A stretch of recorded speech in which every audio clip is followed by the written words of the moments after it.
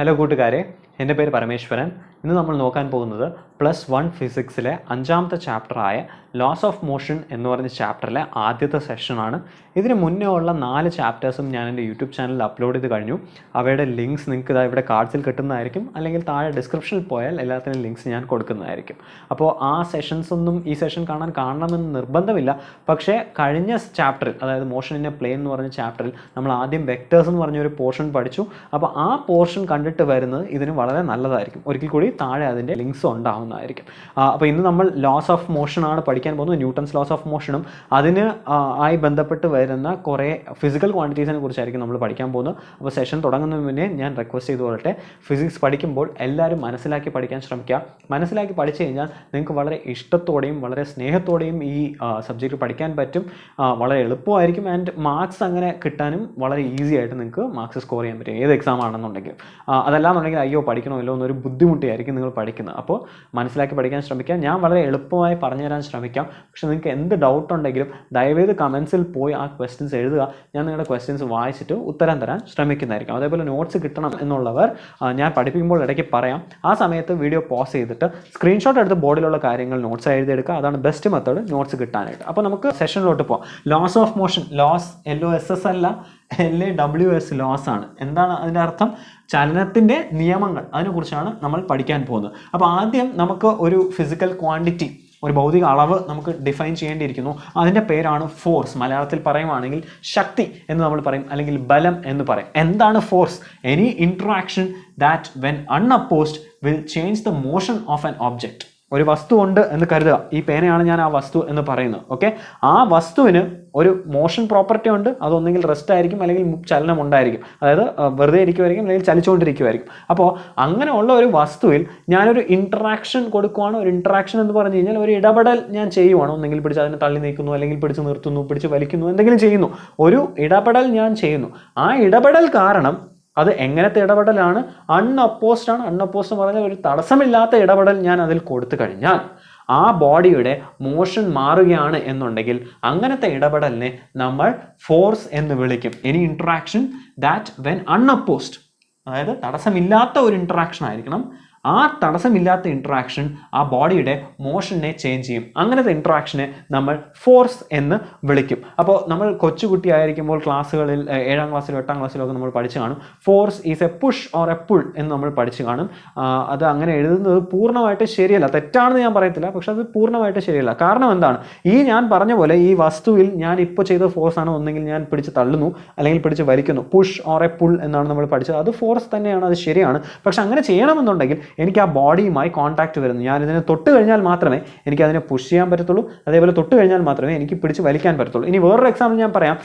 ഞാൻ ഈ പേനയെ ഇവിടെ വെച്ച് വിടുന്നു. അപ്പോൾ എന്ത് സംഭവിക്കും? ഭൂമിയിലോട്ട് ഇത് വീഴും. എന്തുകൊണ്ടാണ് ഭൂമിയിലോട്ട് താഴെ വീഴുന്നത്? ഭൂമി എല്ലാ വസ്തുക്കളെയും പിടിച്ച് വലിച്ചുകൊണ്ടിരിക്കുകയാണ്. അതിനെയാണ് നമ്മൾ ഗുരുത്വാകർഷണ ശക്തി എന്ന് പറയുന്നത്. അപ്പോൾ ആ ഗുരുത്വാകർഷണ ശക്തി ഭൂമി ഇതിനെ തൊട്ടുകൊണ്ടല്ല, തൊടാതെ തന്നെ ഭൂമിക്ക് എല്ലാ വസ്തുവിലും ഗുരുത്വാകർഷണ ശക്തി വെച്ച് അട്രാക്ട് ചെയ്യാൻ പറ്റുന്നുണ്ട്. അപ്പോൾ ഫോഴ്സ് എപ്പോഴും കോൺടാക്ട് വെച്ച് മാത്രം ആവണം എന്നില്ല. പല ഫോഴ്സുകളും കോൺടാക്ട് ഇല്ലാതെ വരാം. അപ്പോൾ ശ്രദ്ധിക്കുക, force can be with or without contact. ഒരു സാധനത്തിന് തൊട്ടും നമുക്ക് ഫോഴ്സ് അപ്ലൈ ചെയ്യാം, തൊടാതെയും ഫോഴ്സ് അപ്ലൈ ചെയ്യാം. തൊട്ട് അപ്ലൈ ചെയ്യുന്ന ഫോഴ്സിന് എക്സാമ്പിൾ ആണ് ഞാൻ പറഞ്ഞത് പുഷ് ആൻഡ് പുൾ എന്ന് പറയുന്നത്. അതായത് പിടിച്ച് വലിക്കുന്നു അല്ലെങ്കിൽ തള്ളി നീക്കുന്നു എന്നുള്ള 2 കാര്യങ്ങൾ. അതല്ലാതെ വിത്തൗട്ട് കോൺടാക്ടിന് എക്സാമ്പിൾ ആണ് ഞാൻ പറഞ്ഞ ഗ്രാവിറ്റേഷണൽ ഫോഴ്സ്, മാഗ്നറ്റിക് ഫോഴ്സ് ഉണ്ട്, ഇലക്ട്രിക്കൽ ഫോഴ്സസ് ഉണ്ട്. അങ്ങനെ പല ഫോഴ്സസും കോൺടാക്ട് ഇല്ലാതെ വരുന്നുണ്ട്. അപ്പോൾ force is a push or pull എന്ന് എഴുതുന്നത് തെറ്റാണ്. പകരം നമുക്ക് എഴുതേണ്ടത് any interaction that when unopposed will change the motion of an object and such interactions are called force എന്ന് വേണമെങ്കിൽ എഴുതാം. ഇനി ഒരു ഫിസിക്കൽ ക്വാണ്ടിറ്റി പറഞ്ഞു കഴിഞ്ഞാൽ എപ്പോഴും 5 കാര്യം പറയണം എന്ന് ഞാൻ പറഞ്ഞിട്ടുണ്ട്. ആദ്യം അതിൻ്റെ ഡെഫിനിഷൻ. ഇപ്പോൾ നമ്മൾ ഡെഫിനിഷൻ എഴുതിയതേ ഉള്ളൂ. രണ്ടാമത് അതിൻ്റെ എക്സ്പ്രഷനാണ്. അപ്പോൾ ഫോഴ്സിൻ്റെ എക്സ്പ്രഷൻ നമ്മൾ ഇപ്പോഴല്ല, പകരം സെക്കൻഡ് ലോ ഓഫ് മോഷൻ നോക്കുമ്പോൾ പ്രോബ്ലി ഈ സെഷനിൽ തന്നെ നമ്മൾ അതിൻ്റെ എക്സ്പ്രഷൻ നോക്കുന്നതായിരിക്കും. അതുകൊണ്ട് ഫോർ നൗ നമ്മൾ അത് നോക്കുന്നില്ല. മൂന്നാമത് അതിൻ്റെ യൂണിറ്റ് പറയണം. എന്താ ഫോഴ്സിൻ്റെ യൂണിറ്റ്? ന്യൂട്ടൺ തന്നെയാണ് ഫോഴ്സിൻ്റെ യൂണിറ്റ്. ന്യൂട്ടൺ ശാസ്ത്രജ്ഞൻ്റെ പേര് തന്നെയാണ് അതിന് യൂണിറ്റ് ആയി വെച്ചത്. അതൊരു SI യൂണിറ്റ് ആണ്. ഇതിനെക്കുറിച്ച് ഡീറ്റെയിൽ ആയിട്ട് നമ്മൾ സെക്കൻഡ് ലോ ഓഫ് മോഷൻ പറയുമ്പോൾ പറയുന്നതായിരിക്കും. പിന്നെ നാലാമത്തെ അതിൻ്റെ ഡയമെൻഷൻ പറയണം. എന്താണ് ഡയമെൻഷൻ? ml (T⁻²) ആണ്. ഇതെങ്ങനെ കിട്ടി എന്നുള്ളതും നമ്മൾ സെക്കൻഡ് ലോ ഓഫ് മോഷൻ പഠിക്കുമ്പോൾ പഠിക്കുന്നതായിരിക്കും. ആൻഡ് ലാസ്റ്റ്, ഇത് സ്കെയിലർ ആണോ വെക്ടർ ആണോ എന്ന് ചോദിച്ചു കഴിഞ്ഞാൽ ഫോഴ്സ് ഒരു വെക്ടർ ക്വാണ്ടിറ്റി ആണ്. അപ്പോൾ വെക്ടർ ക്വാണ്ടിറ്റി ആകുമ്പോൾ അതിൻ്റെ ഡയറക്ഷനും ഇമ്പോർട്ടൻ്റ് ആണ് ആൻഡ് മാഗ്നിറ്റ്യൂഡും ഇമ്പോർട്ടൻ്റ് ആണ് ആൻഡ് അത് law of vector addition follow ചെയ്യുന്നതായിരിക്കും. ഓക്കെ, നമുക്കിനി സെഷൻ കണ്ടിന്യൂ ചെയ്യാം. അപ്പോൾ പണ്ട് കാലങ്ങളിൽ മനുഷ്യന് ഈ ഫോഴ്സിനെ കുറിച്ചൊന്നും അത്രയ്ക്ക് ധാരണ ഇല്ലായിരുന്നു. ഓക്കെ, അങ്ങനെയുള്ള കാരണങ്ങളിൽ ആദ്യം അരിസ്റ്റോട്ടിൽ എന്ന് പറഞ്ഞ ഒരു ശാസ്ത്രജ്ഞൻ, പുള്ളി ജീവിച്ചിരുന്നത് 300 BC ആയിരുന്നു പുള്ളി ജീവിച്ചിരുന്നത്. അപ്പോൾ പുള്ളിയുടെ ചിന്താഗതി ഇങ്ങനെയായിരുന്നു. ആദ്യം പുള്ളി പറഞ്ഞത്, an external force is required to keep a body in uniform motion. ഒരു വസ്തുവിനെ യൂണിഫോം മോഷനിൽ ആക്കണം എന്നുണ്ടെങ്കിൽ, യൂണിഫോം മോഷൻ എന്താണ് എന്ന് നമ്മൾ ചാപ്റ്റർ നമ്പർ 3 നമ്മൾ വളരെ ഡീറ്റെയിൽ ആയിട്ട് ഡിസ്കസ് ചെയ്തായിരുന്നു. കാണണമെന്നുള്ളവർ ഒരിക്കൽ കൂടി ഡിസ്ക്രിപ്ഷനിൽ അവയുടെ ലിങ്ക്സ് ഉണ്ടാവുന്നതായിരിക്കും. പക്ഷേ ഇത്രയും ഓർത്താൽ മതി, യൂണിഫോം മോഷൻ എന്ന് പറഞ്ഞു കഴിഞ്ഞാൽ ഈക്വൽ സ്പീഡായിരിക്കും. അതായത് ഞാൻ നീങ്ങി പോകുന്ന ഒരേ സ്പീഡിലായിരിക്കും. ഞാൻ ഓരോ സെക്കൻഡിൽ ഓരോ മീറ്റർ കവർ ചെയ്ത് കഴിഞ്ഞാൽ ഞാൻ യൂണിഫോം മോഷനിലാണ് പോകുന്നത്. അതേപോലെ വേറൊരു എക്സാമ്പിൾ പറയുകയാണെങ്കിൽ, ഞാൻ ഓടുവാണ്. അപ്പോൾ ഓരോ സെക്കൻഡിലും, ആദ്യത്തെ സെക്കൻഡിൽ ഞാൻ 2 മീറ്റർ കവർ ചെയ്തു, രണ്ടാമത്തെ സെക്കൻഡിലും 2 മീറ്റർ കവർ ചെയ്തു, അങ്ങനെ ഓരോ സെക്കൻഡിലും ഞാൻ 2 മീറ്റർ കവർ ചെയ്ത് കഴിഞ്ഞാൽ ഞാൻ യൂണിഫോം മോഷനിലാണ് പോകുന്നത്. അപ്പോൾ ഒരു വസ്തുവിന് യൂണിഫോം മോഷനിൽ പോകണം എന്നുണ്ടെങ്കിൽ അതിന് ഒരു എക്സ്റ്റേണൽ ഫോഴ്സ് ആവശ്യമാണ് എന്നാണ് അരിസ്റ്റോട്ടിൽ പറഞ്ഞത്. ഓക്കെ, നമ്മൾ ചിന്തിച്ചു കഴിഞ്ഞാൽ നമുക്കിത് വളരെ ശരിയാണ് എന്ന് ആദ്യം തോന്നും. കാരണം എന്താ, ഇപ്പോൾ ഫോർ എക്സാമ്പിൾ ഞാൻ പറയുകയാണ്, ഒരു കൊച്ചുകുട്ടി ഒരു കാർ ഓടിക്കുവാണെന്ന് വിചാരിക്കുക. ഒരു കാർ ടോയ് ഉണ്ട്, ആ കാർ ടോയിനെ വെച്ച് കളിച്ചുകൊണ്ടിരിക്കുകയാണ്. അപ്പോൾ ആ കാർ ടോയിനെ വലിക്കാൻ വേണ്ടി ഒരു കയറുണ്ട്. അപ്പോൾ ഈ കയറിൽ പിടിച്ച് വലിച്ചുകൊണ്ടിരുന്നു കഴിഞ്ഞാൽ മാത്രമേ ഈ കാറ് മൂവ് ചെയ്ത് പോകത്തുള്ളൂ. ശരിയാണോ? നമുക്ക് ബേസിക്കലി ചിന്തിക്കുമ്പോൾ ശരിയാണെന്ന് തോന്നും. പക്ഷേ ഈ കാറിൽ അല്ലെങ്കിൽ ഏത് വസ്തു നമ്മളിപ്പോൾ പിടിച്ച് വലിക്കുന്ന ഒരു വസ്തു ആണെങ്കിലും ആ വസ്തുവിൽ ഒരു ഫ്രിക്ഷണൽ ഫോഴ്സ് ഉണ്ടോ? ഫ്രിക്ഷൻ എന്ന് പറഞ്ഞു കഴിഞ്ഞാൽ വേറൊന്നുമില്ല, നിങ്ങൾ ഇത്രയും ചിന്തിച്ചാൽ മതി. ബേസിക്കലി നിങ്ങളുടെ കൈ രണ്ടേയും കൂട്ടി ഉരസാൻ ശ്രമിക്കുക. ഉരതി കഴിഞ്ഞാൽ നിങ്ങൾക്ക് ചൂട് അനുഭവപ്പെടും, അല്ലെങ്കിൽ ആ ഉരതാൻ ഒരു ബുദ്ധിമുട്ടുണ്ട്. എന്താണ് ആ ബുദ്ധിമുട്ട്? ആ മോഷനെ റെസിസ്റ്റാണ് ചെയ്യുന്നത്, ആ മോഷനെതിരെ എന്തോ അവിടെ വരുന്നുണ്ട്. അതിനെയാണ് നമ്മൾ ഫ്രിക്ഷൻ എന്ന് പറഞ്ഞത്. അപ്പോൾ മോഷൻ എന്താണോ ഒപ്പോസ് ചെയ്യുന്നത് അതിന് നമ്മൾ ഫ്രിക്ഷൻ എന്ന് പറയും. അപ്പോൾ എല്ലാ ഒബ്ജക്ട്സിലും ഫ്രിക്ഷൻ ഉണ്ട്. അപ്പോൾ ഫ്രിക്ഷൻ ഉള്ളത് കൊണ്ടാണ് ഈ കുട്ടിക്ക് ഈ കയറിനെ പിടിച്ച് വലിച്ചുകൊണ്ടിരിക്കേണ്ടി വരുന്നത്. അഥവാ ഫ്രിക്ഷൻ ഇല്ലായിരുന്നു എന്നുണ്ടെങ്കിൽ ആ കുട്ടിക്ക് ഒരു പ്രാവശ്യം ജസ്റ്റ് ഒന്ന് വലിച്ചാൽ മതി, ഈ കാർ ഇങ്ങനെ നീങ്ങി പൊക്കോണ്ടിരിക്കും. ഫോർ എക്സാമ്പിൾ ഞാൻ പറയുവാണെങ്കിൽ, ഇവിടെ നിങ്ങൾ മൊത്തം എണ്ണ ഒഴിച്ചു എന്ന് വിചാരിക്കാം. അങ്ങനെ എണ്ണ ഒഴിച്ചു കഴിഞ്ഞാൽ എന്ത് സംഭവിക്കും? ഇവിടെ ഫ്രിക്ഷൻ ഇല്ലാതാവും. ഇവിടെ ഈ തറയ്ക്ക് പകരം തറയ്ക്കും ടയറിനും ഇടയ്ക്ക് നിങ്ങൾ കുറേ എണ്ണ ഒഴിച്ചു എന്ന് വിചാരിക്കാം. അപ്പോൾ അവിടെ ഫ്രിക്ഷൻ ഇല്ലാതായി. അപ്പോൾ എണ്ണ ഒഴിച്ചു കഴിഞ്ഞാൽ നിങ്ങൾക്കറിയാം സാധനം വഴുതി അങ്ങ് പോകും. നമുക്ക് അധികം ഫോഴ്സ് ഒന്നും കൊടുക്കേണ്ട ആവശ്യമില്ല, ഒരു പ്രാവശ്യം വലിച്ചു വിട്ടാൽ മതി, ഇതങ്ങ് വഴുതി അങ്ങ് പോകും. അപ്പോൾ ഈ അരിസ്റ്റോട്ടിൽ പറഞ്ഞത് an external force is required to keep a body in uniform motion എന്ന് പറഞ്ഞത് പുള്ളി ഫ്രിക്ഷനെ കുറിച്ച് ചിന്തിക്കാൻ വിട്ടുപോയത് കൊണ്ടാണ്. അതുകൊണ്ടാണ് നമ്മൾ അതിനെ ഫാലസി എന്ന് പറയുന്നത്. ഫാലസി എന്ന് പറഞ്ഞാൽ അത് ന്യായ വൈകല്യമാണ്, അതൊരു തെറ്റാണ്. ഓക്കെ, ഫ്രിക്ഷൻ ഇല്ലായിരുന്നെങ്കിൽ നമുക്ക് എപ്പോഴും നീങ്ങിക്കൊണ്ടിരിക്കാൻ ഇതിന് ഒരു ഫോഴ്സ് കൊടുത്തുകൊണ്ടിരിക്കേണ്ട ആവശ്യമൊന്നുമില്ലായിരുന്നു. അപ്പോൾ അതിനെ തിരുത്താൻ വേണ്ടിയിട്ടാണ് ഗലീലിയോ എന്ന് പറഞ്ഞ ശാസ്ത്രജ്ഞൻ, ഈ അരിസ്റ്റോട്ടിൽ എന്ന് പറഞ്ഞ ഒരു ഗ്രീക്ക് ശാസ്ത്രജ്ഞനാണ്. ഗലീലിയോ എന്ന് പറഞ്ഞ ശാസ്ത്രജ്ഞൻ ജീവിച്ചിരുന്നത് 16ാമത്തെ സെഞ്ചുറിയിലാണ്. പുള്ളി ഒരു ഇറ്റാലിയൻ ശാസ്ത്രജ്ഞനാണ്. പുള്ളി 2 കൈൻഡ് ഓഫ് എക്സ്പെരിമെന്റ് ചെയ്തു. ആദ്യം ഒരു ഇൻക്ലൈൻഡ് പ്ലെയിൻ എക്സ്പെരിമെന്റ് ചെയ്തു. എന്താണ് ഇൻക്ലൈൻഡ് പ്ലെയിൻ എക്സ്പെരിമെന്റ് എന്ന് പറഞ്ഞാൽ? ഇൻക്ലൈൻഡ് പ്ലെയിൻ എന്ന് പറയുമ്പോൾ ബേസിക്കലി ഒരു ചരിഞ്ഞ ഉപരിതലമാണ്. അപ്പം ഈ ബോർഡാണെന്ന് വിചാരിക്കാം. ഈ ബോർഡ് പോലെ വളരെ മിനുസപ്പെടുത്തി ഫ്രിക്ഷൻ ഇല്ലാത്ത ഒരു സർഫസ് പുള്ളി ഉണ്ടാക്കിയെടുത്തു. ഓക്കെ, എന്നിട്ട് ആദ്യം അതിന് ചരിച്ചു വെച്ചിട്ട് ഒരു ബോൾ വിട്ട് നോക്കിയപ്പോൾ ആ ബോൾ താഴോട്ട് ആക്സലറേറ്റ് ചെയ്തു. ഓക്കെ, ഇനി രണ്ടാമത്തെ കേസിൽ അതേ ബോളിനെ അടിച്ച് മുകളിലോട്ട് കയറ്റി വിട്ടപ്പോൾ ആ ബോൾ കുറച്ചു ദൂരം പോയി നിന്നു, അതായത് റിട്ടാർഡേഷൻ ചെയ്തു. ആക്സലറേഷൻ ഓപ്പോസിറ്റ്, നെഗറ്റീവ് ആക്സലറേഷനായി. അതേപോലെ മൂന്നാമത്തെ കേസിൽ അയാൾ ആ ബോൾ നേരെ വെച്ചിട്ട് നേരെയുള്ള ഒരു പ്ലെയിനിൽ അതിനെ തട്ടി വിട്ടപ്പോൾ ഒരിക്കൽ കൂടി ഇവിടെ ഫ്രിക്ഷൻ ഇല്ലായിരുന്നു. അപ്പോൾ ആ ബോൾ നീങ്ങിപ്പോയിക്കൊണ്ടിരുന്നു. ഓക്കെ, ഇങ്ങനെ അയാൾ കണ്ടു. ഇനി അതിനുശേഷം രണ്ടാമതൊരു എക്സ്പെരിമെന്റ് ചെയ്തു. അതിനെ ഡബിൾ ഇൻക്ലൈൻ പ്ലെയിൻ എന്ന് വിളിക്കും. ഡബിൾ ഇൻക്ലൈൻ പ്ലെയിൻ എന്ന് പറഞ്ഞു കഴിഞ്ഞാൽ ഒരു പാത്രം പോലെ ഒരു വസ്തു അയാൾ ഉണ്ടാക്കി. ഒരിക്കൽ കൂടി ഇതിന് ഫ്രിക്ഷൻ വളരെ നെഗ്ലിജിബിൾ ആയിരുന്നു, ഒട്ടും ഇല്ലായിരുന്നു എന്ന് തന്നെ പറയാം. ഈ ഫ്രിക്ഷനെ കുറിച്ച് നമ്മൾ വളരെ ഡീറ്റെയിൽഡായി ഈ ചാപ്റ്ററിൽ തന്നെ പിന്നെ പഠിക്കുന്നതായിരിക്കും. ഓക്കെ, അപ്പോൾ ഫ്രിക്ഷൻ ഇല്ലാത്ത ഒരു സർഫസിൽ അയാൾ ഒരിക്കൽ കൂടി ബോൾ ഉരുട്ടിയപ്പോൾ എന്ത് പറ്റി? ആദ്യം ഈ ബോൾ താഴോട്ട് വന്നു, പിന്നെ ഇങ്ങനെ പോയി, പിന്നെ മുകളിലോട്ട് കയറി. അവിടെ നിന്ന് വീണ്ടും താഴോട്ട് വന്നു, പിന്നെ ഇങ്ങോട്ട് പോയി, പിന്നെ മുകളിലോട്ട് കയറി. വീണ്ടും താഴോട്ട് വന്നു, പിന്നെ ഇങ്ങോട്ട് പോയി, പിന്നെ മുകളിലോട്ട് കയറി. ഇങ്ങനെ അങ്ങോട്ടും ഇങ്ങോട്ടും ഇത് കളിച്ചുകൊണ്ടിരുന്നു, ഫ്രിക്ഷൻ ഇല്ലാത്തതുകൊണ്ട്. അയാൾ അതിനെ പിടിച്ച് തടസ്സപ്പെടുത്തുന്നവരെ ഈ ബോൾ അങ്ങോട്ടും ഇങ്ങോട്ടും കളിച്ചുകൊണ്ടിരുന്നു. ഓക്കെ, അപ്പോൾ ഗലീലിയോ കൺക്ലൂഡ് ചെയ്തു, if net external force is 0, the body continuous it's state of rest or of uniform motion. Okay, net external force 0 ആകുമ്പോൾ, എപ്പോഴാണ് 0 ആവുന്നത്? ഫ്രിക്ഷൻ ഇല്ലാത്ത കേസിൽ, ഫ്രിക്ഷൻ ഒന്നും ഇല്ലാത്ത ഒരവസ്ഥയിൽ എന്താ സംഭവിക്കുന്നത്? ഒരു നെറ്റ് എക്സ്റ്റേണൽ ഫോഴ്സ് ഇല്ലെങ്കിൽ അതായത് ഈ ബോൾ ഇങ്ങനെ ഇരിക്കുന്നു, ഈ ബോൾ ഇങ്ങനെ ഇരുന്ന് കഴിഞ്ഞാൽ അത് അങ്ങനെ തന്നെ ഇരിക്കും. ഒരിക്കൽ തള്ളി വിട്ട് കഴിഞ്ഞാൽ ഇതിങ്ങനെ പൊക്കോണ്ടിരിക്കും. ഓക്കെ, ഏതുവരെയാ പോകുന്നത്? ഞാനായി പോയി അതിനെ തടസ്സപ്പെടുത്തുന്നത് വരെ ഈ ബോൾ ഇങ്ങനെ ഉരുണ്ട് പൊക്കോണ്ടിരിക്കും. അതാണ് ഗലീലിയോ പറഞ്ഞത്. ഇനി നമുക്ക് നെക്സ്റ്റ് പ്രോപ്പർട്ടിയിലോട്ട് വരാം, inertia. The property of a body to not change its state of rest or that of uniform motion is called inertia. Inertia എന്ന് പറഞ്ഞ പ്രോപ്പർട്ടിയാണ് നമ്മൾ പറയുന്നത്. എന്താണ് ആ പ്രോപ്പർട്ടിയുടെ അർത്ഥം? ഒരു ബോഡിക്ക് സ്വന്തം മോഷനെ കണ്ടിന്യൂ ചെയ്യാനുള്ള ടെൻഡൻസി, അതിനെയാണ് നമ്മൾ ഇനർഷ്യ എന്ന് പറയുന്നത്. The property of a body to not change its state of rest. ഒന്നെങ്കിൽ അത് റെസ്റ്റിൽ ഇരിക്കുമ്പോൾ ആ റെസ്റ്റിൽ തന്നെ ഇരിക്കാനുള്ള ഒരു താല്പര്യം, ചലനമില്ലാതിരിക്കുമ്പോൾ ചലനമില്ലാതെ തന്നെ ഇരിക്കാനുള്ള താല്പര്യം, അല്ലാന്നുണ്ടെങ്കിൽ or that of uniform motion, uniform മോഷനിൽ ഇരിക്കുവാണെന്നുണ്ടെങ്കിൽ അതേ യൂണിഫോമിൽ നിൽക്കാനുള്ള താല്പര്യം, അതിനെയാണ് നമ്മൾ ഇനർഷ്യ എന്ന് പറയുന്നത്. ഓക്കെ, ഇതിന് പല എക്സാമ്പിൾസ് നമുക്ക് പറഞ്ഞ് കേട്ടിട്ടുണ്ടാകും നമ്മൾ. ഇപ്പോൾ ഫോർ എക്സാമ്പിൾ നമ്മൾ ബസ്സിലിരിക്കുന്നു, ബസ് നല്ല സ്പീഡിൽ പോയിക്കൊണ്ടിരിക്കുകയാണ്, പെട്ടെന്ന് ബസ് നിർത്തിക്കഴിഞ്ഞാൽ ബ്രേക്ക് അടിച്ച് കഴിഞ്ഞാൽ നമുക്ക് എന്ത് പറ്റും? നമ്മൾ ഫ്രണ്ടിലോട്ട് പോകും. എന്തുകൊണ്ടാണ്? നമ്മൾ മുന്നിൽ പൊയ്ക്കൊണ്ടിരിക്കുമായിരുന്നു, അങ്ങനെ പോകുന്ന നമുക്ക് മുന്നിലോട്ട് തന്നെ പോകാൻ താല്പര്യം ഉണ്ടാവും. പെട്ടെന്ന് ബസ് ബ്രേക്ക് അടിച്ച് കഴിഞ്ഞാൽ നമ്മൾ മുന്നിലോട്ട് പോകാൻ ശ്രമിക്കും, പക്ഷെ പോകുന്നില്ല. അങ്ങനെയാണ് ഈ ജേർക്ക് വരുന്നത്. അതേപോലെ നിങ്ങൾ ഇത് ട്രെയിനിലൊക്കെ പോകുകയാണെന്നുണ്ടെങ്കിൽ, ട്രെയിൻ പെട്ടെന്ന് ചരിയുവാണെന്നുണ്ടെങ്കിൽ നമ്മളിങ്ങനെ ചരി. എന്തുകൊണ്ടാണ്? നമ്മൾ നേരെയായിരുന്നു പൊയ്ക്കൊണ്ടത്, പെട്ടെന്ന് ട്രെയിൻ ചരിഞ്ഞുകൊണ്ട് നമുക്ക് അങ്ങോട്ട് ചരിയാനുള്ള ഒരു ടെൻഡൻസി ഉണ്ടാവും. ഇതെല്ലാം ഇനർഷ്യയ്ക്ക് എക്സാമ്പിളാണ്. Passenger tends to fall forward on a suddenly stopped bus. Okay, ഇനി നമുക്ക് ന്യൂട്ടൺസ് ഫസ്റ്റ് ലോ ഓഫ് മോഷനിലോട്ട് പോകാം. അപ്പോൾ ഇത്രയും കാര്യങ്ങൾ ഗലീലിയോ കണ്ടുപിടിച്ച്, ഈ എക്സ്റ്റേണൽ ഫോഴ്സ് ഉണ്ടെങ്കിൽ മാത്രമേ ഈ ബോഡിക്ക് മോഷൻ ഉണ്ടാവത്തുള്ളൂ എന്ന് ഗലീലിയോ കണ്ടുപിടിച്ചപ്പോൾ അതിനെ ബേസ് ചെയ്താണ് ന്യൂട്ടൺസ് ഫസ്റ്റ് ലോ ഉണ്ടായത്. എന്താ ന്യൂട്ടൺസ് ഫസ്റ്റ് ലോ പറയുന്നത്? Every body continues in its state of rest or of uniform motion in a straight line unless some external unbalanced force acts on it. Okay, ഏതൊരു വസ്തുവിനും, every body, ഏതൊരു വസ്തുവിനും അതിന് continue ചെയ്യും. എന്ത് continue ചെയ്യും?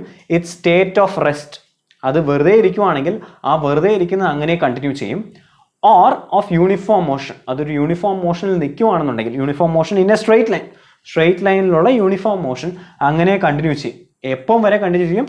Unless some external unbalanced force acts on it. ഒരു പുറത്തു നിന്നുമുള്ള, external ആണ്, പുറത്തു നിന്നുമുള്ള അൺബാലൻസ്ഡ് ഫോഴ്സ്. അൺബാലൻസ്ഡ് ഫോഴ്സ് എന്ന് പറഞ്ഞു കഴിഞ്ഞാൽ, ഞാൻ നേരത്തെ പറഞ്ഞ പോലെ ഈ പേന നിൽക്കുവാണ്, ഈ പേനേനെ എനിക്ക് നീക്കണം എന്നുണ്ടെങ്കിൽ, ഈ പേന വെറുതെ ഇരിക്കുമായിരുന്നു, റെസ്റ്റിലായിരുന്നു, അപ്പോൾ അത് മാറ്റണം എന്നുണ്ടെങ്കിൽ അൺബാലൻസ്ഡ് ആയിരിക്കണം. ഒരു സൈഡിൽ നിന്നായിരിക്കും ഞാൻ തള്ളേണ്ടത്, രണ്ട് സൈഡിൽ നിന്നും ഈക്വൽ ആൻഡ് ഓപ്പോസിറ്റ് ഫോഴ്സ് കൊടുത്തു കഴിഞ്ഞാൽ ഇത് നീങ്ങത്തില്ല. ഒരു സൈഡിൽ നിന്ന് മാത്രം തള്ളണം, അതിനാണ് അൺബാലൻസ് എന്ന് പറയുന്നത്. അപ്പോൾ അൺബാലൻസ് എക്സ്റ്റേണൽ ഫോഴ്സ് ആക്ട് ചെയ്യുന്നവരെ ഈ ബോഡി ഒന്നെങ്കിൽ റെസ്റ്റിലാണെങ്കിൽ റെസ്റ്റിൽ തന്നെ കണ്ടിന്യൂ ചെയ്യും, അല്ല മൂവിങ് ആണെങ്കിൽ മൂവിങ്ങിൽ തന്നെ കണ്ടിന്യൂ ചെയ്യും. അപ്പോൾ അരിസ്റ്റോട്ടൽ ഫാലസി തെറ്റാണ് എന്ന് പ്രൂവ് ചെയ്തു.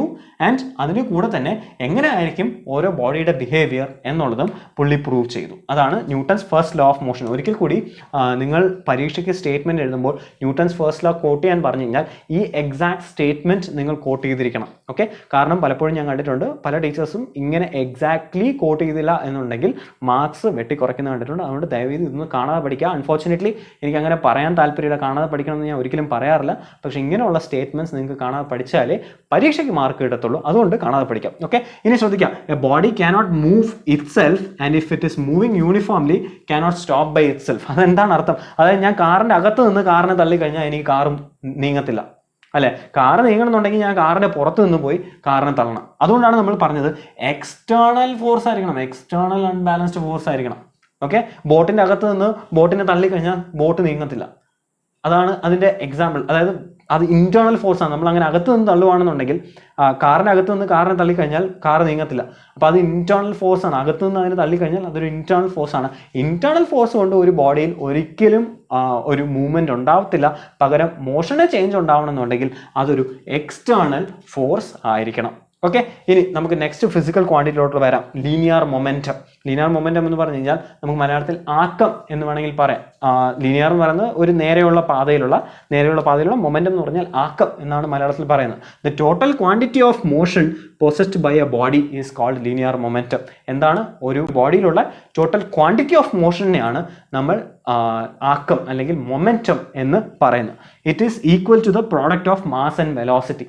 എപ്പോഴും മൊമെൻറ്റം കണ്ടുപിടിക്കണം എന്നുണ്ടെങ്കിൽ മാസിനെയും അതിനുള്ള വെലോസിറ്റിനെയും കൂടെ എനിക്ക് മൾട്ടിപ്ലൈ ചെയ്താൽ മതി. അതിൻ്റെ തൂക്കത്തിനെയും അതിൻ്റെ വേഗത്തിനെയും മൾട്ടിപ്ലൈ ചെയ്യുമ്പോഴായിരിക്കും എനിക്ക് മൊമെൻറ്റം കിട്ടുന്നത്. അപ്പോൾ എനിക്ക് വെക്ടറൈസ് ഫോമിൽ എഴുതണം എന്നുണ്ടെങ്കിൽ എം ഇൻറ്റു വി വെക്റ്റർ എന്ന് എഴുതിയാൽ മതി. എപ്പോഴും ഓർക്കുക, ഈ വി എന്ന് പറയുന്ന ഒരു വെക്ടറാണ്. ഒരു വെക്ടറിനെ ഒരു സ്കെയിലർ കൊണ്ട് മൾട്ടിപ്ലൈ ചെയ്ത് കഴിഞ്ഞാൽ നമുക്ക് കിട്ടുന്നത് ഒരു വെക്ടർ ആയിരിക്കും. അപ്പോൾ മൊമെൻറ്റം എന്ന് പറയുന്നത് ഒരു വെക്ടർ ക്വാണ്ടിറ്റി ആണ്. ഇനി യൂണിറ്റ് എപ്പോഴും നമ്മൾ പറഞ്ഞു കഴിഞ്ഞാൽ, ഞാൻ പറഞ്ഞിട്ടുണ്ട് 5 കാര്യങ്ങൾ പറയണമെന്ന് പറഞ്ഞിട്ടുണ്ട്. ആദ്യം ഡെഫിനിഷൻ പറഞ്ഞു. എന്താണ് definition? The total quantity of motion possessed by a body is called momentum. Next ഒരു സെൻറ്റൻസ് കൂടെ എഴുതുക. It is always the product of mass and velocity of that object. Okay. രണ്ടാമത് എക്സ്പ്രഷൻ എഴുതുക. എക്സ്പ്രഷൻ നമ്മൾ പറഞ്ഞു P is equal to M into V. മൂന്നാമത് അതിൻ്റെ unit എഴുതണം. യൂണിറ്റ് എഴുതാൻ എങ്ങനെയാണ്? നമുക്കറിയാം, ഈ എന്തൊക്കെ ക്വാണ്ടിറ്റീസ് മൾട്ടിപ്ലൈ ചെയ്യുന്നു അതിൻ്റെ യൂണിറ്റ്സ് മൾട്ടിപ്ലൈ ചെയ്ത് കഴിഞ്ഞാൽ എനിക്ക് ആ കണ്ടുപിടിക്കുന്ന ക്വാണ്ടിറ്റിയുടെ യൂണിറ്റ് കിട്ടും. മാസിൻ്റെ യൂണിറ്റ് എന്ന് പറയുന്നത് kg ആണ്. വെലോസിറ്റി യൂണിറ്റ് എന്ന് പറയുന്നത് മീറ്റർ പെർ സെക്കൻഡ് ആണ്. അപ്പോൾ ഇതിൻ്റെ യൂണിറ്റ്, അതായത് മൊമെൻറ്റത്തിൻ്റെ യൂണിറ്റ് എന്ന് പറയുന്നത് kg മീറ്റർ പെർ സെക്കൻഡ് ആയിരിക്കും, കിലോഗ്രാം മീറ്റർ പെർ സെക്കൻഡ് ആയിരിക്കും. ഇതിൽ നിന്നും നമുക്ക് ഡയമെൻഷൻ എഴുതാം. എപ്പോഴും യൂണിറ്റ് കണ്ടുപിടിച്ച് കഴിഞ്ഞാൽ യൂണിറ്റിൽ നിന്നും നമുക്ക് ഡയമെൻഷൻ എഴുതാം. എങ്ങനെ ഡയമെൻഷൻ കണ്ടുപിടിക്കുന്നത്? kg, കിലോഗ്രാം എന്ന് പറയുന്നത് മാസിൻ്റെയാണ്. അപ്പോൾ M ഇൻറ്റു മീറ്റർ അത് ലെങ്തിൻ്റെയാണ്. അപ്പോൾ L ഡിവൈഡഡ് ബൈ സെക്കൻഡ്, അപ്പോൾ ഡിവൈഡഡ് ബൈ ടൈം ആണ് T⁻⁻1. ഇതായിരിക്കും ഇതിൻ്റെ ഡയമെൻഷൻ എന്ന് പറയുന്നത്. ഇനി ശ്രദ്ധിക്കാം, നമുക്ക് എപ്പോഴും ഈ മൊമെൻറ്റം എന്ന് പറയുന്നത് മാസ് ഇൻറ്റു വെലോസിറ്റി ആണ്. മാസ് കൂടിക്കഴിഞ്ഞാൽ മൊമെൻറ്റം കൂടി, വെലോസിറ്റി കൂടിക്കഴിഞ്ഞാൽ മൊമെൻറ്റം കൂടി. മാസ് കുറഞ്ഞു കഴിഞ്ഞാലോ മൊമെൻറ്റം കുറയും, വെലോസിറ്റി കുറഞ്ഞു കഴിഞ്ഞാൽ മൊമെൻറ്റം കുറയും. അപ്പോൾ എനിക്ക് ഇതിന് ഇൻഡയറക്റ്റ്ലി എന്ത് എഴുതാം? P is proportional to mass എന്ന് പറയാം, P is proportional to velocity എന്ന് പറയാം.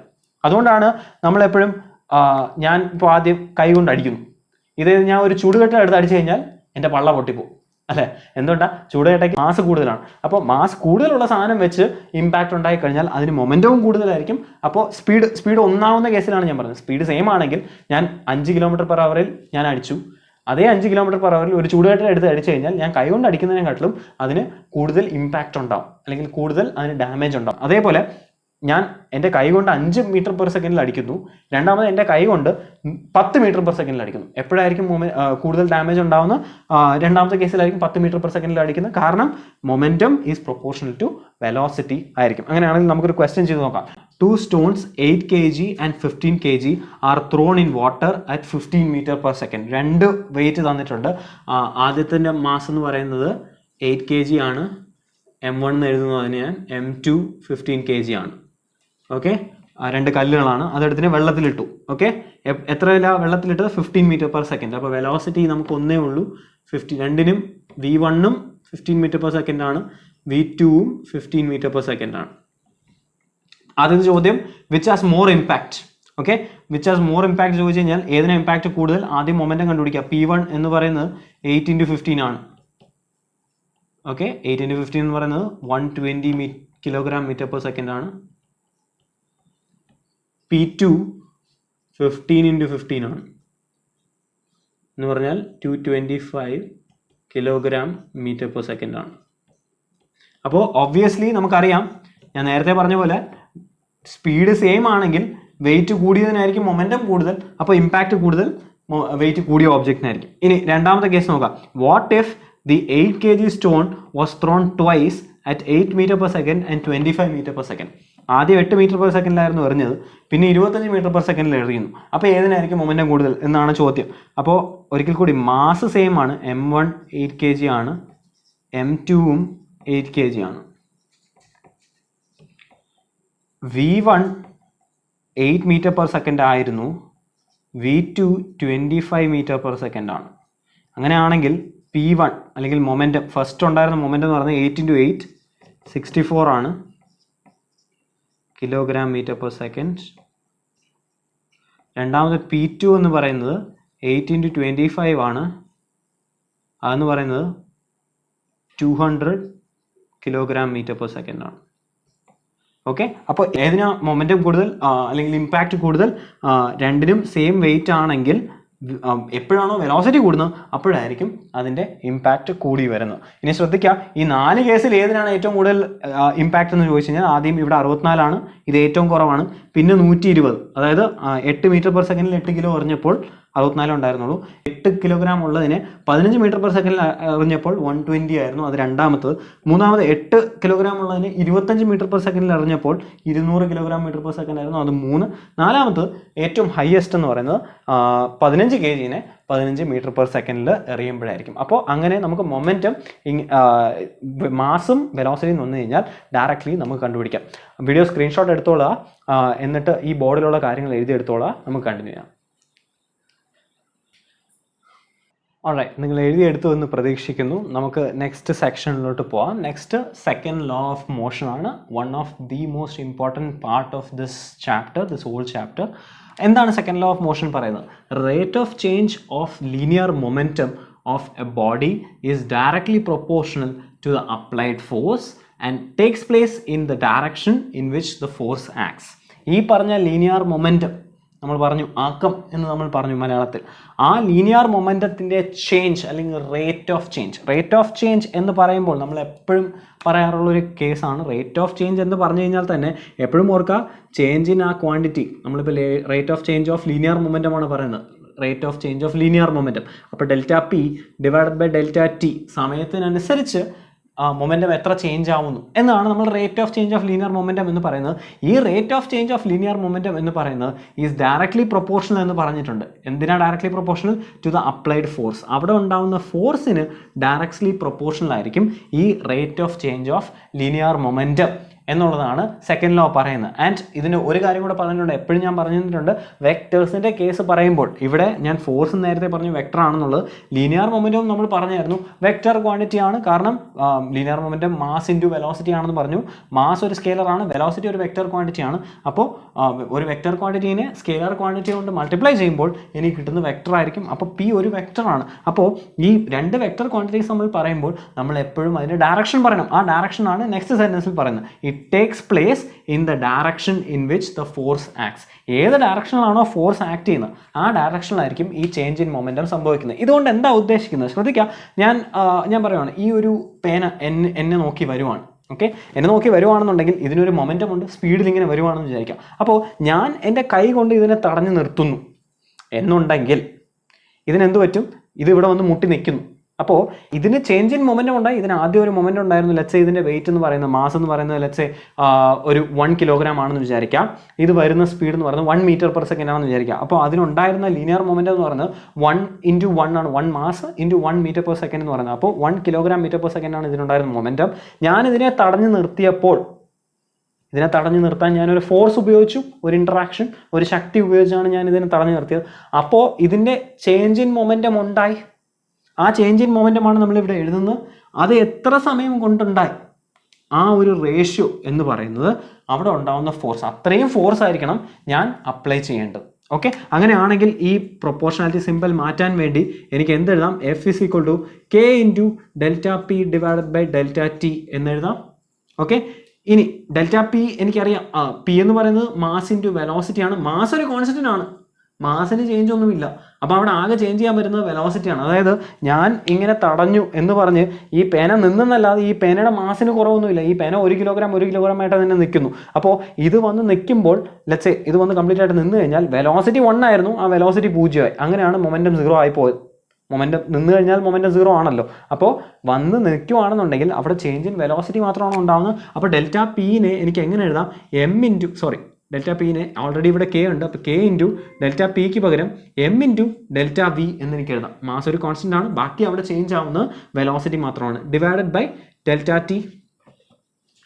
ഇനി ശ്രദ്ധിക്കുക, ഈ ΔV divided by ΔT, change in velocity divided by change in time, അതിന് നമുക്ക് എങ്ങനെ എഴുതാം? അതിനാണ് നമ്മൾ ആക്സിലറേഷൻ എന്ന് പറയുന്നത്. എപ്പോഴൊക്കെയാണോ വെലോസിറ്റി ചേഞ്ച് ആവുന്നത് അവിടെ ഒരു ആക്സിലറേഷൻ ഉണ്ട്. Rate of change of velocity ആണ് ആക്സിലറേഷൻ എന്ന് നമ്മൾ ചാപ്റ്റർ നമ്പർ 3 പഠിച്ചായിരുന്നു. അപ്പോൾ അതിവിടെ അപ്ലൈ ചെയ്ത് കഴിഞ്ഞാൽ എനിക്കിത് K × M × ΔV divided by ΔTനെ ഞാൻ ആക്സിലറേഷൻ എന്ന് എഴുതാൻ പോവാണ്. അപ്പോൾ ഇത് K × M × A എന്ന് വേണമെങ്കിലും എനിക്ക് പറയാം. ഇത് ഡിഫറൻഷ്യൽ ഫോമിൽ പറയുവാണെന്നുണ്ടെങ്കിൽ, അതായത് ഈ ടീനെ, ഈ ΔTനെ ഒരു വളരെ ചുരുങ്ങിയ സമയത്ത് നോക്കിക്കഴിഞ്ഞാൽ ഇതിനെ എനിക്ക് എന്തെഴുതാം? ΔP divided by ΔT or DP divided by DT എന്ന് വേണമെങ്കിലും എനിക്ക് എഴുതാം. Okay, delta P divide by delta T, അല്ലെങ്കിൽ ഈ ഡെൽറ്റ ടി വളരെ ചുരുങ്ങി കഴിഞ്ഞാൽ അതിനെ D P by D T, അല്ലെങ്കിൽ ഡിഫറൻഷ്യൽ ഫോമിൽ എഴുതി കഴിഞ്ഞാൽ അതിനെ D P by D T എന്ന് വേണമെങ്കിൽ എനിക്ക് എഴുതാം. അപ്പോൾ ഫൈനലി നമുക്ക് എന്ത് കിട്ടി? കെ ഇൻറ്റു എം എ ആണ്. ഇനി പ്രാക്ടിക്കലി ചെയ്ത് നോക്കുമ്പോൾ ഈ കെയിൻ്റെ വാല്യൂ 1 ആയിട്ടാണ് കിട്ടിയത്. ഫോർ എക്സാമ്പിൾ ഞാനിത് ചെയ്തു നോക്കുന്നത് എങ്ങനെയാണെന്ന് പറഞ്ഞു കഴിഞ്ഞാൽ ഒരു ഒബ്ജക്റ്റ് എടുക്കുന്നു, ഞാൻ നേരത്തെ പറഞ്ഞ പോലെ ഈ ഒബ്ജക്റ്റ് എടുക്കുന്നു, ഈ ഒബ്ജക്റ്റിനെ മൂവ് ചെയ്ത് വിടുന്നു. ഓക്കെ, ഇതിൻ്റെ മാസും ആക്സലറേഷനും കാൽക്കുലേറ്റ് ചെയ്യുന്നു, എന്നിട്ട് അതിനെ തടസ്സപ്പെടുത്തുന്നു, ഒരു ഫോഴ്സ് വെച്ച് തടസ്സപ്പെടുത്തുന്നു, ആ ഫോഴ്സ് എത്രയാണെന്ന് കാൽക്കുലേറ്റ് ചെയ്യുന്നു, എന്നിട്ട് ആ രണ്ട് ക്വാണ്ടിറ്റീസിനെയും വെച്ചിട്ട്, അപ്പോൾ ഈ കെ കണ്ടുപിടിക്കണം എന്നുണ്ടെങ്കിൽ എനിക്ക് എന്ത് ചെയ്താൽ മതി? K is equal to F divided by M A ചെയ്താൽ മതി. ശരിയാണോ? ഇതിനെ cross multiply, F is equal to K into M A എന്നാണ് നമ്മൾ പറഞ്ഞത്. അപ്പോൾ കെ കണ്ടുപിടിക്കണം എന്നുണ്ടെങ്കിൽ F divided by M A ചെയ്താൽ മതി. അപ്പോൾ ഒരു വസ്തുവിനെ തടസ്സപ്പെടുത്താനുള്ള ഫോഴ്സ് ഞാൻ അറിഞ്ഞു, എന്നിട്ട് ആ വസ്തുവിൻ്റെ മാസും ആക്സലറേഷൻ ഞാൻ കാൽക്കുലേറ്റ് ചെയ്തു. അങ്ങനെയാണെങ്കിൽ എനിക്ക് കെ കിട്ടും. അങ്ങനെ പ്രാക്ടിക്കലി കെ കിട്ടിയപ്പോൾ ആ കെയിൻ്റെ വാല്യൂ 1 ആയിരുന്നു. അപ്പോൾ എനിക്ക് എന്തെഴുതാം? In effect F is equal to M into A എന്ന് എഴുതാം. ഓക്കെ, ഇതിൻ്റെ യൂണിറ്റ്സ് നമ്മൾ നേരത്തെ പറഞ്ഞായിരുന്നു. യൂണിറ്റ് ന്യൂട്ടൺ ആണ്, ക്യാപിറ്റൽ എൻ എന്ന് നമ്മൾ പറയും. അതാദ്യമേ നമ്മൾ ഡിസ്കസ് ചെയ്തതാണ്. ആ ന്യൂട്ടൺ എന്ന് പറഞ്ഞു കഴിഞ്ഞാൽ ബേസിക് ക്വാണ്ടിറ്റീസ് വെച്ച് എഴുതണമെങ്കിൽ ഒരിക്കൽ കൂടി ഇവിടെ നോക്കാം, മാസാണ്. അപ്പോൾ മാസിൻ്റെ യൂണിറ്റ് എന്ന് പറയുന്നത് കിലോഗ്രാം ആണ്. ഇനി ആക്സലറേഷൻ ഇൻറ്റു ആക്സലറേഷൻ ആണ്. Acceleration metre per second square ആണ്. അപ്പോൾ kilogram into metre divided by second square ആയിരിക്കും ഇതിൻ്റെ യൂണിറ്റ് എന്ന് പറയുന്നത്. അത് തന്നെയാണ് ന്യൂട്ടൺ എന്ന് പറഞ്ഞാൽ. അതായത് 1 kilogram metre per second square ആണ് 1 ന്യൂട്ടൺ എന്ന് പറയുന്നത്. ഓക്കെ, ആൻഡ് ഇതിൽ നിന്നും നമുക്ക് ഡയമെൻഷൻ എഴുതാം. ഡയമെൻഷൻ എങ്ങനെ എഴുതാം? കിലോഗ്രാമിൻ്റെ മാസ് ആണ്, അപ്പം മാസ് ഇൻറ്റു മീറ്ററിൻ്റെ ലെങ്ത് ആണ്, length divided by second square. Second എന്ന് പറയുന്ന ടൈമാണ്, ടൈമിൻ്റെ സ്ക്വയർ. അപ്പോൾ ടി റൈസ് ടു, അത് ഡിനോമിനേറ്ററിലായതുകൊണ്ട് ടി റൈസ് ടു -2. അപ്പോൾ M L T raise to -2. അങ്ങനെയാണ് ഇതിൻ്റെ ഡയമെൻഷൻ വന്നത്. ഇനി നമുക്ക് സെക്കൻഡ് ലോയുടെ പ്രോപ്പർട്ടീസ് പറയാം. സെക്കൻഡ് ലോ ഒരു വെക്റ്റർ ലോ ആണ്. ഇത് വെക്റ്റേഴ്സ് ആണ്. അപ്പോൾ വെക്റ്റേഴ്സായി പറയുമ്പോൾ ഇതിനൊരു എക്സ് ആക്സിസിൽ ഒരു കമ്പോണൻറ്റ് കാണും. ഞാൻ നേരത്തെ പറഞ്ഞിട്ടുള്ള പോലെ ഏതൊരു വെക്റ്ററിനെയും എനിക്ക് X component, Y component and ഇതിന് പെർപെൻഡിക്കുലർ ആയുള്ള മ്യൂച്വലി 3 പെർപെൻഡിക്കുലർ ആയിട്ടുള്ള X component, Y component, Z component ആയിട്ട് എനിക്ക് തിരിക്കാൻ പറ്റും.